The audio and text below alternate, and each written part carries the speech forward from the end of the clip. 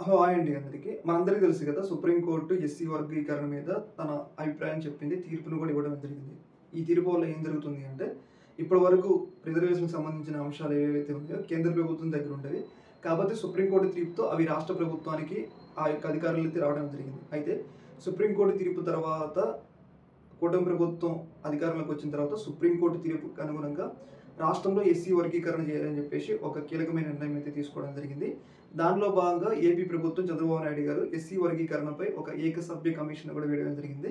ఈ యొక్క ఏకసభ్య కమిషన్ తమ ఎస్సీ వర్గీకరణ ఎలా చేయాలి, జనాభా ప్రాతిపదికన ఎస్సీల్లో మాలలు ఎంతమంది ఉన్నారు, మాదిగలు ఎంతమంది ఉన్నారు, మిగతా కులాల వాళ్ళు ఎంతమంది ఉన్నారు, వాళ్ళందరికి సంబంధించిన జనాభాని సేకరించి ఎవరికి ఎంత రిజర్వేషన్ ఏబిసిడి కేటగిరీలో వర్గీకరించాలని చెప్పేసి చకచక అడుగులు పడతా ఉన్నాయి.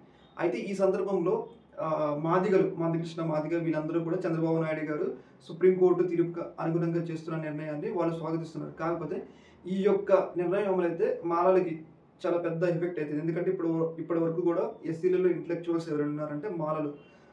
వాళ్ళు చదువులో ముందుండటం వల్ల ఈ రిజర్వేషన్ కేటగిరీలన్నీ కూడా వాళ్ళే అనుభవించడం జరిగింది. అయితే ఇలాంటి సందర్భంలో చంద్రబాబు నాయుడు గారు ఈ రిజర్వేషన్ తీసుకొస్తే మాలలకి పెద్ద ఎదురు దెబ్బ కాబట్టి చంద్రబాబు నాయుడు గారి మీద కొంతమంది నేతలు ఎవరైతే మాల నేతలు ఉంటారు కదా, కొంతమంది జడా శ్రావణ్ లాంటి వాళ్ళు, చింతామోహన్ లాంటి వాళ్ళు, ఇంకా కొంతమంది కూడా ఈ యొక్క ఇష్యూని ఈ యొక్క రిజర్వేషన్ని ఏబిసిడి వర్గీకరణ ఆపండి అన్నట్లుగా పెద్ద స్థాయిలో చంద్రబాబు నాయుడు గారి మీద ఒత్తిడి తీసుకొస్తున్నారు. కాకపోతే ఎంత ఒత్తిడి తీసుకొచ్చినా కానీ ఒకవైపు సుప్రీంకోర్టు తీర్పు ఉంది కాబట్టి దాన్ని చంద్రబాబు నాయుడు గారు ఆపే ప్రసక్తి లేదు.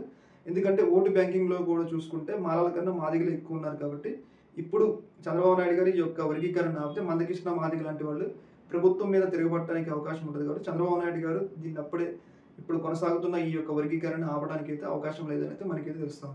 ఈ యొక్క ఇష్యూ మీద మీ యొక్క అభిప్రాయం తెలియజేయండి. ఒక మినిట్.